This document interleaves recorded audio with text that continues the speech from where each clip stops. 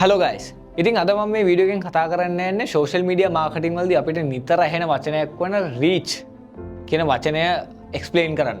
ඉතින් ගොඩක් අයට තියෙන ප්‍රශ්නයක් තමයි මේ ඇත්තටම රීච් කියන සංකල්පය ගත්තොත් එහෙම ඇල්ගොරිතම් එකක් රීච් කියන වචනය කොහොමද හරියට මෙෂර් කරන්නේ?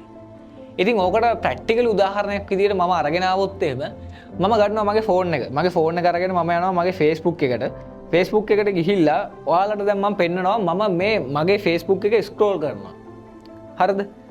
සාමාන්‍යයෙන් පෝස්ට් 10ක් මම මෙහෙම ස්ක්‍රෝල් කරාට පස්සේ ඒ පෝස්ට් 10 ඇතුලේ මම කිසිම දෙයක් බලන්නේ නැතුව ඔහේ ස්ක්‍රෝල් කරගෙන යනවා නම් ඇත්තටම මේ පෝස්ට් 10න් එකකටවත් මගේ රීච් එකක් නැහැ. ඔයාලට තේරුණාද? ඒ කියන්නේ සාමාන්‍යයෙන් මම මේ වගේ පෝස්ට් 10කට මෙහෙම රීච් කරගෙන මෙහෙම ස්ක්‍රෝල් කරගෙන යද්දී ඒ එක පෝස්ට් එකකටවත් මගේ රීච් එකක් නැහැ. හැබැයි මේ පෝස්ට් එකකින් එකක මම මේ එක පෝස්ට් එකකින් එකක මෙහෙම නැවතිලා ටික වෙලාවක් බලන් ඉඳලා එයාගේ ෆොටෝ එක ක්ලික් කරලා එයාගේ ඩිස්ක්‍රිප්ෂන්ස් කියවලා ඒ පෝස්ට් එක දිහා ටිකක් වෙලා බලාගෙන හිටියොත් මම ඒ පෝස්ට් එකේ ඒ කන්ටෙන්ට් ක්‍රියේටර් ගේ රීච් කෙනෙක් වෙනවා. ඉතින් ඔය රීච් කියන සංකල්පය හැදෙන්නේ ඔන්න ඔහොම.